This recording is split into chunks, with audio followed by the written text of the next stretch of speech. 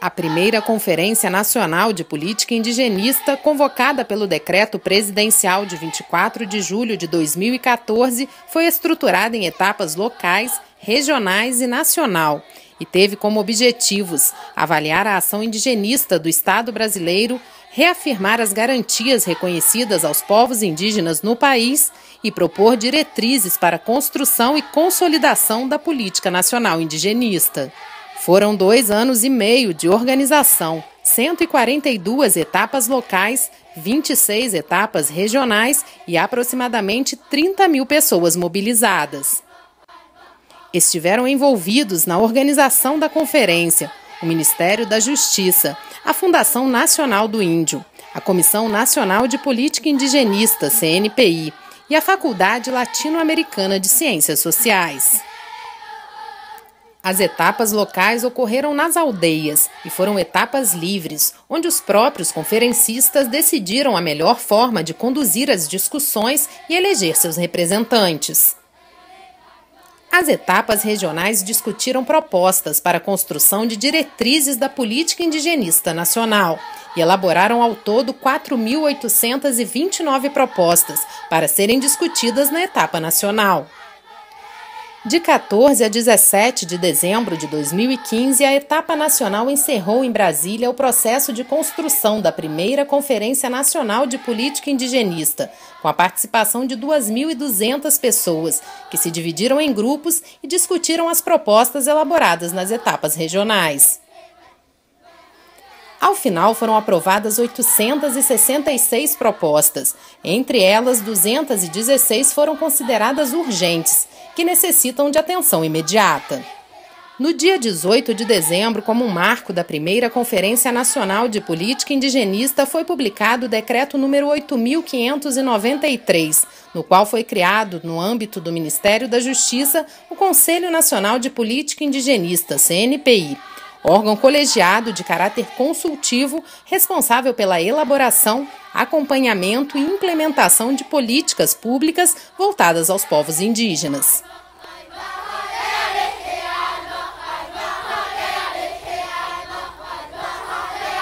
A primeira Conferência Nacional de Política Indigenista, ela retrata e é resultado, primeiramente, da mobilização dos povos indígenas no nosso país.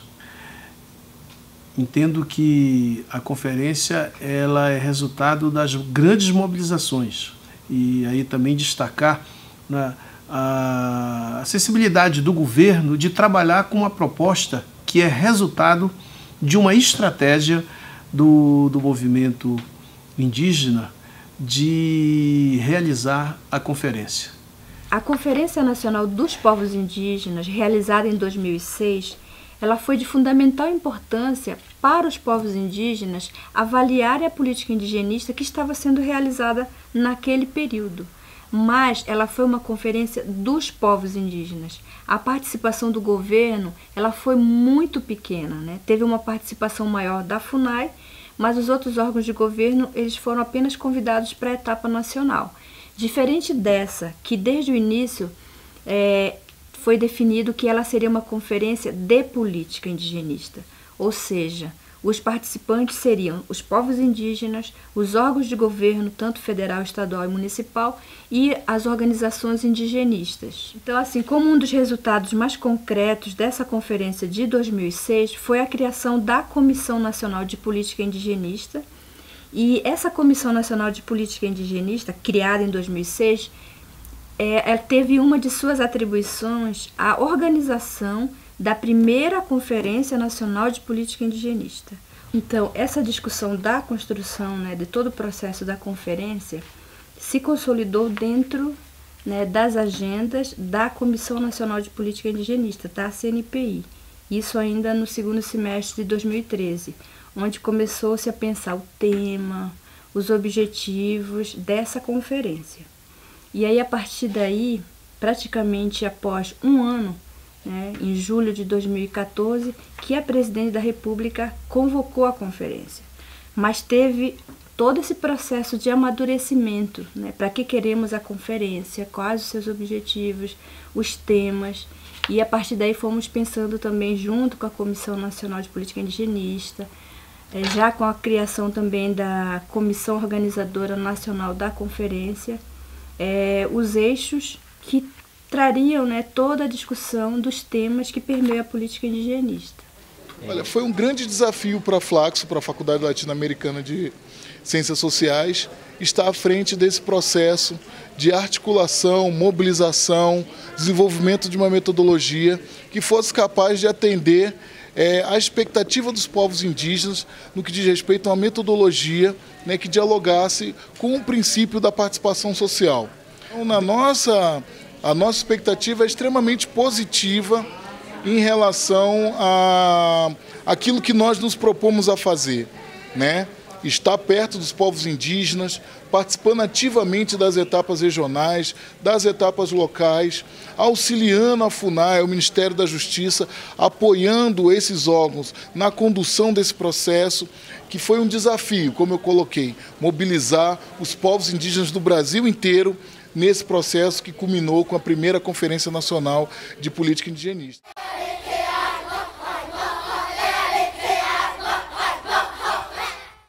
Para nós é muito importante o que este momento político, né, um momento também, principalmente, de se abrir um diálogo com o governo e com o Estado brasileiro.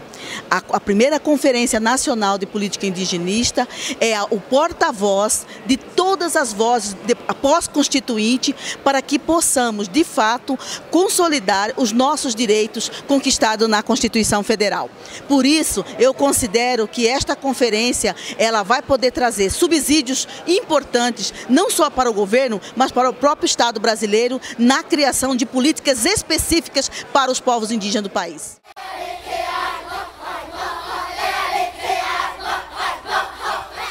Minha função como mobilizador era mais acompanhar, né, o trabalho dos articuladores regionais, né, que eram 26 articuladores, né, que foram contratados pela Flaxo para auxiliar as coordenações regionais da FUNAI, né,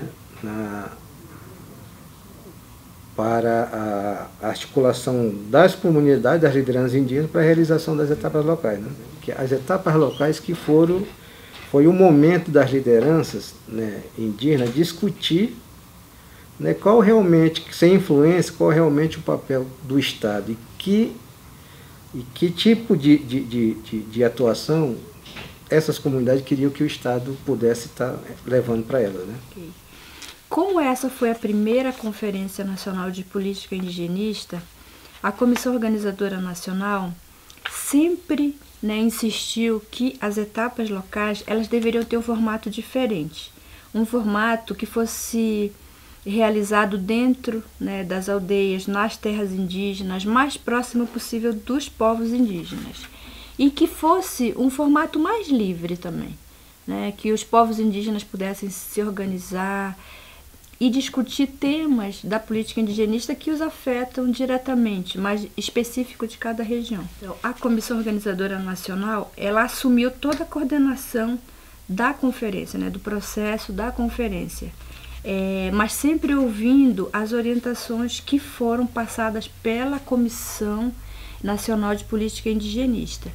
Então, essa comissão organizadora, ela teve um papel crucial para toda a realização da conferência, né? Foram eles que construíram o regimento interno da conferência, construíram toda a estrutura, né, o organograma da conferência, a quantidade de etapas locais, etapas regionais, a questão também de como que nós, da FUNAI, também faríamos a utilização dos recursos da conferência em todas as nossas unidades regionais.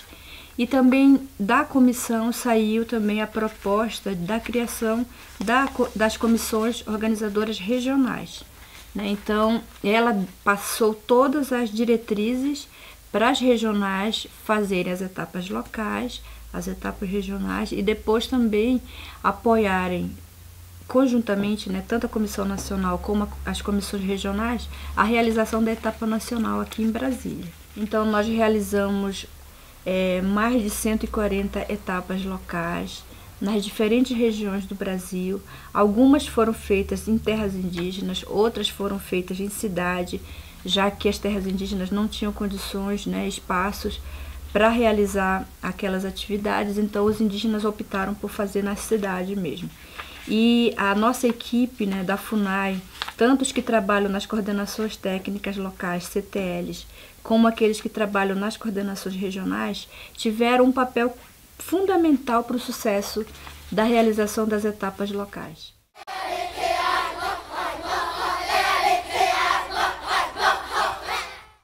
Então, nós realizamos 26 etapas regionais.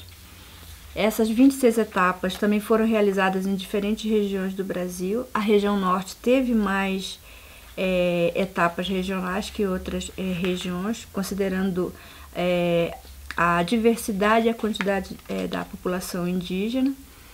E os representantes de governo tiveram uma participação muito boa, porque eles ajudaram os indígenas no processo de avaliação, discussão e também aprimoramento da política indigenista atual. Bom, as etapas regionais, assim, inicialmente, quando eu olho para o mapa, assim, eu fico até assustada, assim, pensando que nós realizamos tantos eventos em tão pouco tempo, mas, obviamente, nós contamos com a ajuda de todos os servidores que estavam envolvidos, tanto aqui na sede, quanto nas coordenações regionais, nas CTLs principalmente, e assim, de todos os pontos do Brasil, Dourados, Manaus, Rondônia, Macapá, Belém, nós tivemos servidores que foram mobilizados para esse trabalho, um trabalho de grande vulto que movimentou muitos indígenas, muitos servidores de outros órgãos parceiros, muitos servidores de órgãos federais,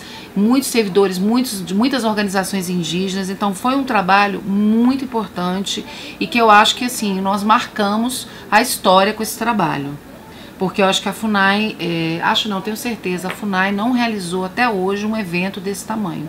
Então foi difícil, mas nós conseguimos. Então, em parceria com o Ministério da Justiça, nós recebemos aqui uma minuta de um termo de referência, onde nós trabalhamos adequando a realidade da FUNAI. As etapas regionais, elas foram organizadas a partir da sede, A sede é que deu toda a diretriz para o pessoal das comissões regionais, as COR, O trabalho ele é feito da seguinte forma.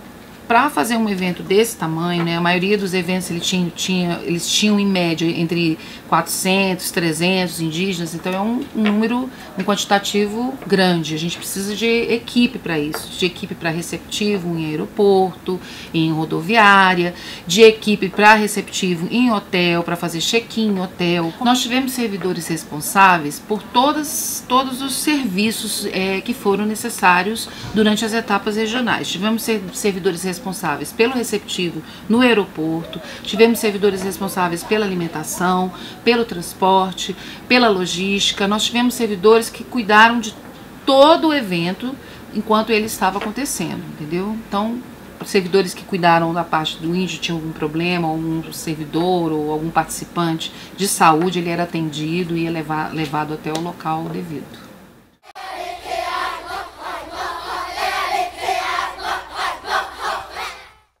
Chegamos na etapa nacional com quase 5.000 propostas, 4.840 propostas que vieram das discussões das aldeias, lá nas pequenas cidades, nas terras indígenas e nas grandes cidades e capitais, quando concluímos as etapas regionais. Nós precisamos ser reconhecidos como uma estratégia de riqueza, uma estratégia política para o país, e não como um empecilho, como nós somos considerados, como nós somos tratados aqui. Nós merecemos ser tratados com respeito, com dignidade, enquanto povos originários que somos.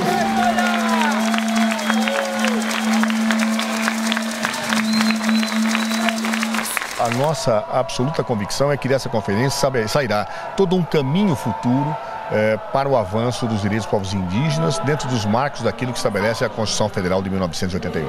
Eu sempre falo para os meus caciques e para as minhas lideranças, a Constituição Federal ela é a cabeça do ordenamento jurídico. E é lá que está o nosso direito. E se os nossos direitos estão na Constituição Federal, não é porque os constituintes de 88 gostavam dos povos indígenas ou se simpatizavam. Pelo contrário, se os nossos direitos estão hoje na Constituição de 88, é porque houve uma intensa mobilização dos povos indígenas naquele momento. Houve uma intensa mobilização das nossas lideranças e que muitos já não estão entre nós. Então, os 2 artigos que hoje estão na Constituição de 88 significam para nós também, povos indígenas, luta, né? Luta por reconhecimento de direitos e que naquele momento, com certeza, a oligarquia dominante não sabia qual era a extensão desse reconhecimento, do reconhecimento ao território tradicional. Nós estamos claramente sob risco. Os direitos conquistados foram consolidados até um ponto, mas ele agora sofre um risco claríssimo de retrocesso, não só na questão do território, mas da cultura também. A partir da língua, você constitui a sua força para expressão e para registro, onde a sua cultura se alia à terra e fortalece esse movimento que há uma dívida muito grande do Estado com a sociedade, especialmente com os povos indígenas. Que esse é o grande momento assim, de celebração e de consciência, para que daqui saiam ações e recomendações e reflexões e alertas, principalmente, para esse momento que a gente está vivendo, para que o retrocesso não se instale definitivamente no Brasil. E vocês vão tirar um documento que tem que servir como um documento infraconstitucional que vocês utilizem para cobrar das autoridades públicas brasileiras os compromissos que, afinal de contas, ao convocar uma Conferência Nacional de Política Indigenista, essas autoridades estão assumindo.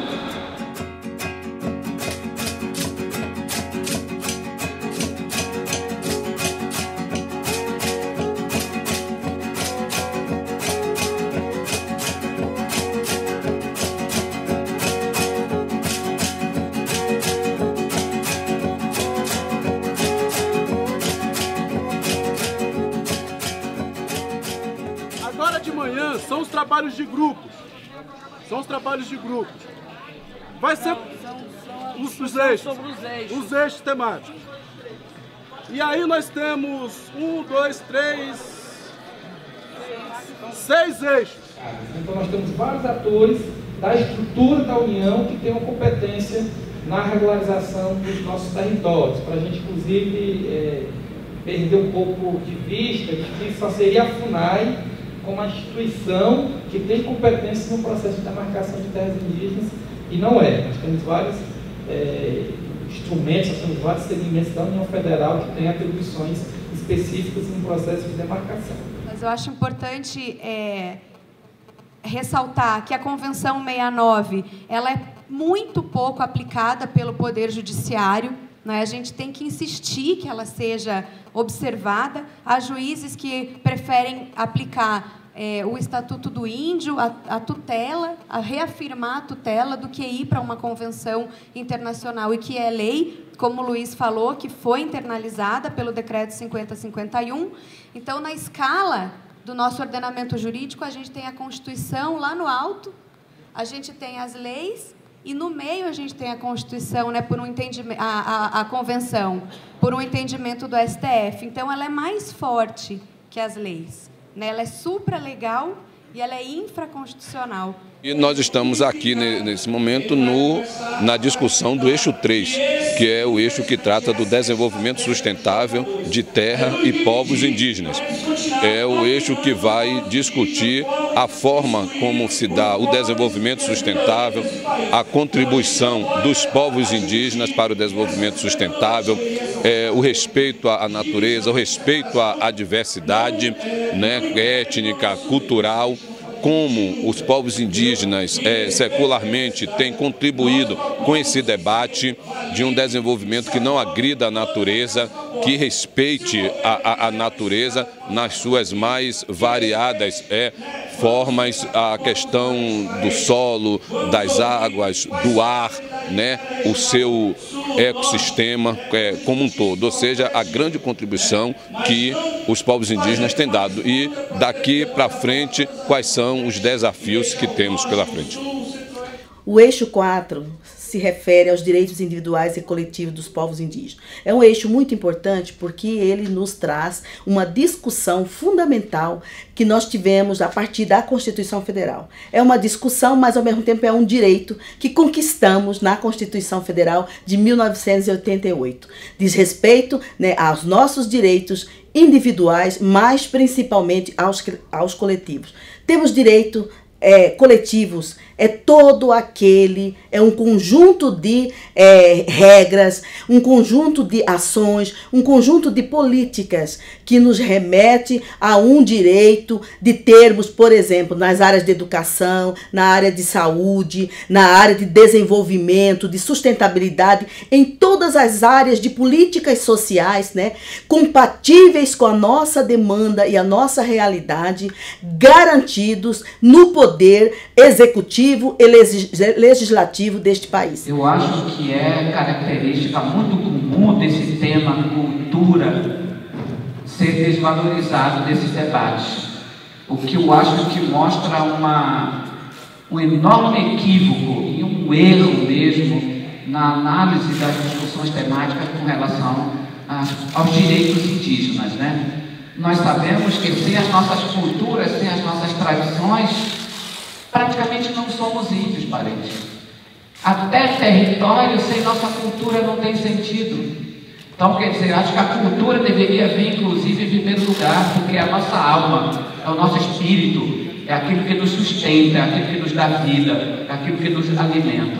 O grupo conseguiu aprovar que saia a Comissão Nacional Indigenista de Memória e Verdade, que é uma maneira de contribuir com os povos indígenas e poder devolver a dignidade que foi roubada nesses 15 anos. Várias outras propostas foram aprovadas, especialmente aquela que a gente conhece em muitos lugares, onde é sítio arqueológico, lugares sagrados dos povos indígenas que ficam fora da demarcação. E passou que o governo reconheça isso como patrimônio indígena, como presença dos povos no passado e que garanta a ele a demarcação como voltar a reconhecer tudo isso e todo esse roubo feito em cima das terras indígenas.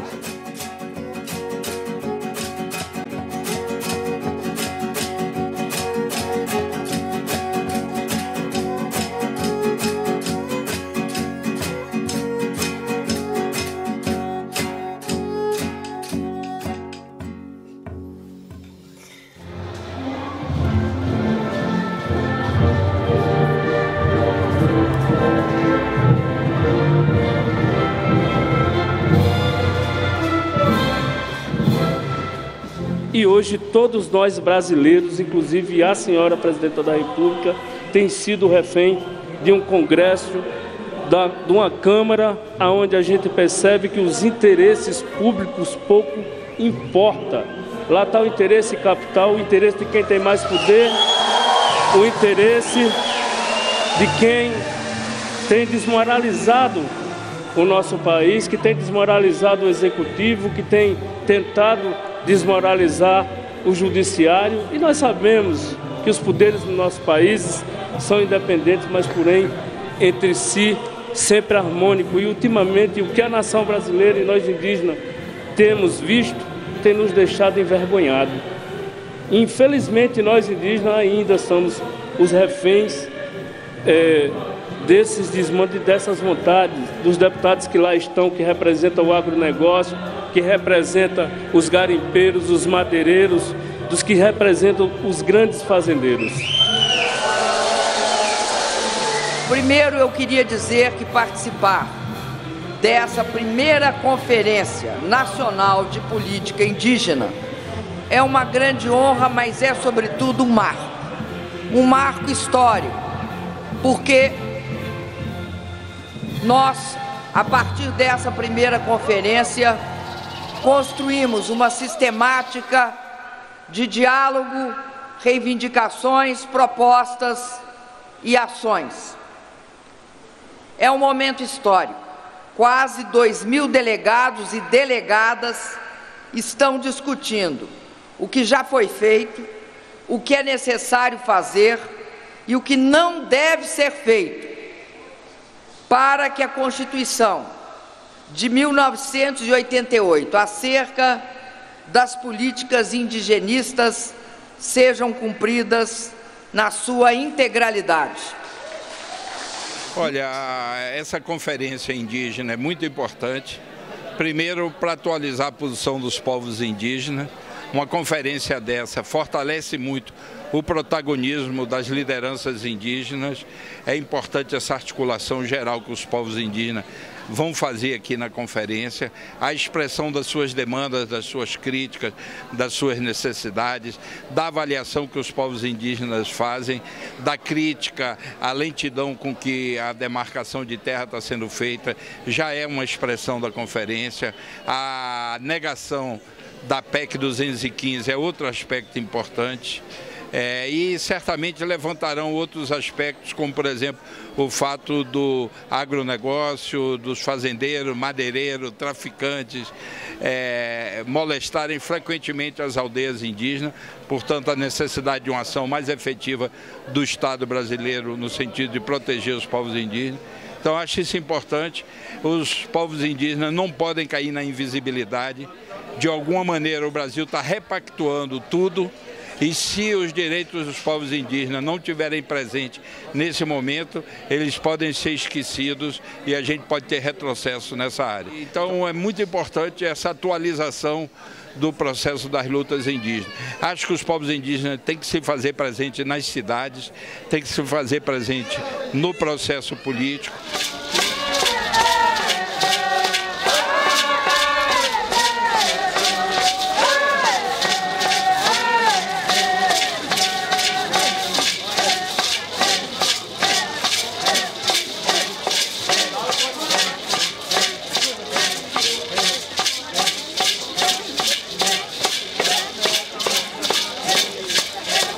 Eu estou aqui muito contente, muito alegre, juntamente com meus parentes, apoiando meus parentes, que brigam pelas terras, que não é demarcada. Então, eu moro em Altamira, no Timbu, na cidade, mas eu apoio meus parentes indígenas, né, que estão brigando pela terra deles. Tem um Brasil do poder, do dinheiro, um Brasil muito branquinho, muito europeu, muito norte-americano, muito anti-Brasil. Um Brasil com Z que não conhece o Brasil com S, que está aqui no entorno do Congresso Nacional. Esse Brasil com Z, esse Brasil das elites, quer destruir o que há de mais genuíno e bonito no Brasil real. Então é muito bom que vocês venham aqui. Nós sabemos que o grito que vocês trouxeram aqui para o entorno da Câmara dos Deputados é um grito que vai ecoar lá dentro, não tenham dúvida.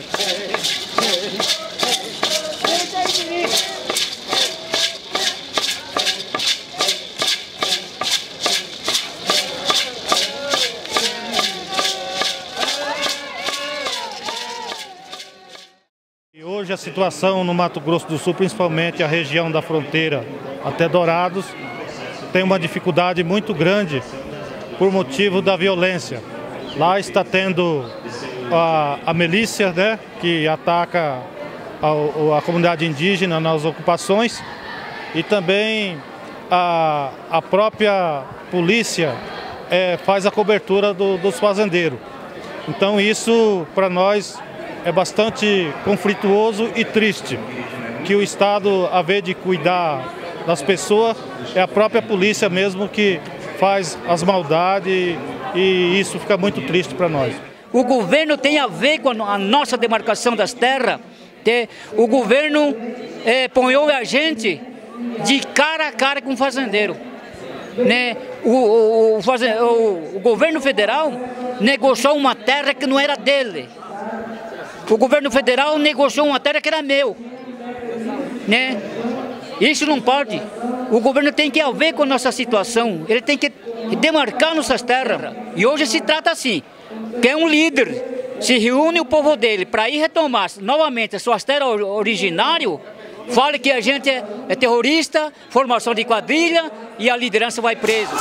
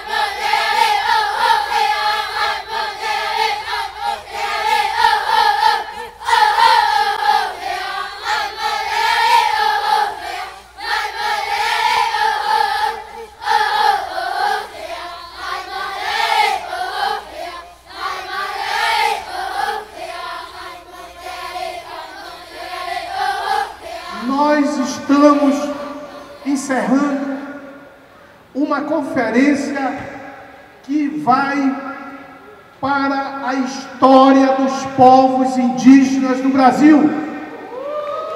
Nós estamos fazendo uma conferência que vai para a história do Estado democrático de direito desse país. Nós estamos concluindo uma conferência que mostra a organização dos povos indígenas, que mostra a consciência dos povos indígenas, mas que mostra, sobretudo, o nível político do pensamento indigenista desse país. Nós temos uma conferência que esteve aqui, além da Dilma, a presidenta da República. A etapa nacional, ela foi, assim, na minha avaliação bem rápida mesmo, ela foi um sucesso, né? Nós tivemos alguns problemas, mas problemas que foram pequenos diante do tamanho do evento que realizamos, né? A proposta de realização da etapa nacional, ela teve várias decisões ousadas da Comissão Organizadora Nacional, né? E esse processo, né, de fazer o novo é um processo sempre muito difícil, né? Algumas pessoas não aceitam, querem sempre seguir os modelos de organização das conferências tradicionais. E essa conferência, ela trouxe inovações, né? E uma dessas inovações foi nós chegarmos na etapa nacional e apresentarmos, primeiro, propostas novas, definirmos prioridades para a política indigenista e dizermos, não, essa proposta eu não quero, de prontidão. Quero lembrar também da importância da presença da presidenta Dilma Rousseff, que esteve na conferência, fez uma fala, né, que corresponde à expectativa do movimento, né? Primeiro, nesse debate, que coincidiu numa conjuntura muito difícil para os povos indígenas, não? E a presidenta reafirmou a posição do governo, né, de ser contra a PEC 215, mas dialogou com a conferência no sentido de respeitar, de valorizar e de dar ênfase na agenda da educação, da saúde e do indigenismo, de fortalecer a FUNAI, né? Quero lembrar que em todas as etapas, os participantes, os povos indígenas, destacaram da importância, né, da instituição, do fortalecimento da instituição. E fortalecer a FUNAI é termos concurso, é melhorarmos a nossa presença na terra indígena. Foi reafirmado também, né, com destaque, a demarcação das terras indígenas, o respeito ao território indígena, o respeito à cultura, à diversidade dos povos indígenas do Brasil. Hoje, na Conferência Indigenista, nós tivemos a participação da presidente Dilma Rousseff, que garantiu que até o final dessa semana ela vai assinar o decreto de criação do Conselho Nacional de Política Indigenista e também a demarcação de terras indígenas. Como que você vê isso? Você vê positivo e você está confiante nisso? Bom, assim, a participação dela foi boa e interessante, né? Uma pena que foi tardia, né? Eu me lembro, inclusive, que existia uma demanda muito grande por parte do movimento indígena, que pelo menos nos primeiros 2 anos do governo da presidente Dilma, ela não havia nem recebido o movimento indígena, ela não havia nem sentado com as lideranças indígenas. E a fala do Neguinho Trucá foi interessante nesse sentido, porque ele demonstrou que a mesma situação que os povos indígenas estão, ou seja, refém do Congresso Nacional, é a mesma situação dela. Ela está refém também do mesmo Congresso Nacional, dos mesmos deputados ruralistas, que todo esse tempo ela andou de mãos dadas, né? Então parece que quando a situação chegou nela, ela resolveu sentar também conosco. Mas é importante porque ela veio, de fato, fazer todo o resgate, né, da política indigenista, que por mais que o governo do PT, no caso do governo da presidente Dilma, foi o governo que menos homologou terras indígenas, nós não podemos negar que foi um governo também que possibilitou o acesso de vários acadêmicos indígenas à universidade, teve alguns avanços pontuais no que diz respeito à saúde indígena, à educação escolar indígena.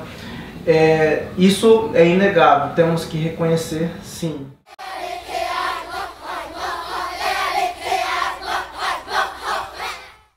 Olha, a gente assim, não é nem um pouco ingênuo, né, de já realizar a conferência, aprovar as propostas e acreditar que elas por si só serão implementadas, né?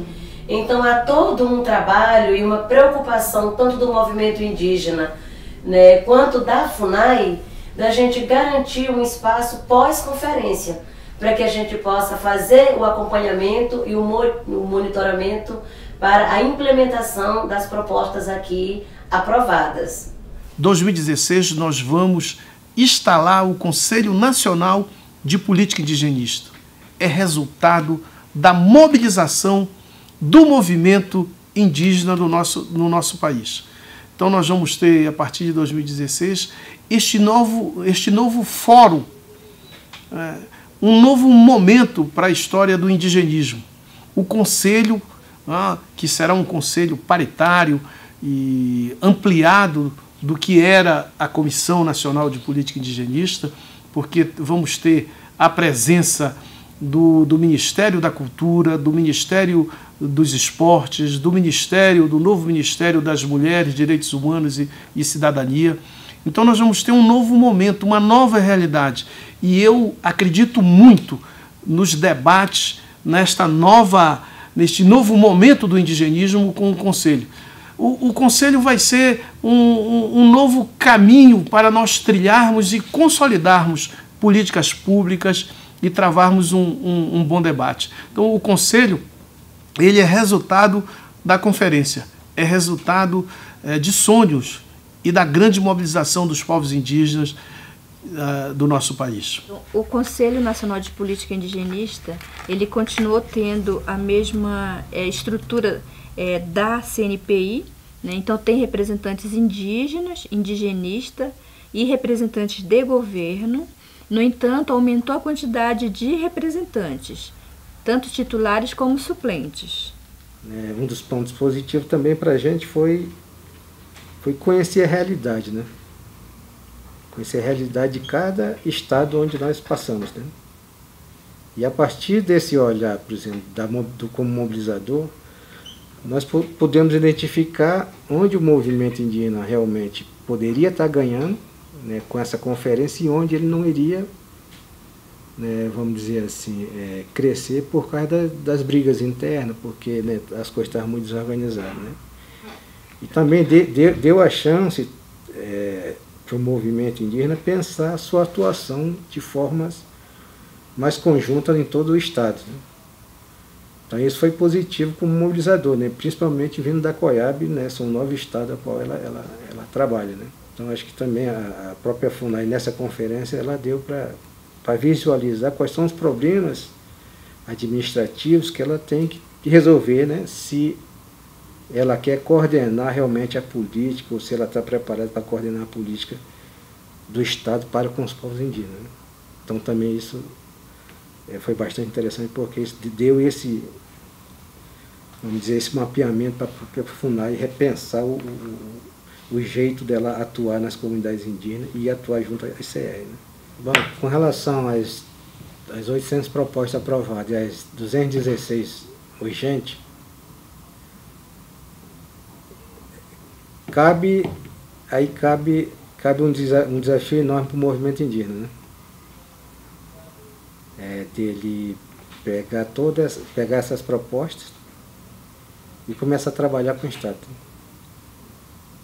Então, talvez o desafio não está nem para o Estado, está para o movimento indígena, porque sempre que acontece alguma coisa, né, de boa, né, por exemplo, o decreto da PNGAT, né, o debate sobre empreendimento, né, outras questões, foi o movimento que trabalhou isso, né, que provocou o Estado, né? Então cabe agora o movimento indígena fazer essa provocação novamente ao Estado. A COIAB ela vem trabalhando muito para que o Estado se comprometa realmente, né? O Estado se comprometa com as questões indígenas, né? Cumpra a Constituição, né? Porque se nós pegarmos a maioria das questões que poderíamos trabalhar nas comunidades, já estão nas leis, né? A questão é tu cumprir o que está na lei, né? Que está determinado na Constituição. E a partir daí levar, né, o que está na Constituição para as comunidades indígenas. Mas infelizmente há que ter batalha em tudo, né? Há que ter briga em tudo para que as comunidades indígenas possam receber um bom tratamento, né? E que muito ainda tem que mudar no Estado, porque na maioria das instituições pensam que estão fazendo favores para os índios, né? Eles não veem a lei, né, que é uma obrigação legal fazer certas atividades de educação, de saúde, de desenvolvimento nos territórios indígenas. Muitos órgãos pegam essa questão e vê como favores, né? Que não é um favor, é um direito, né?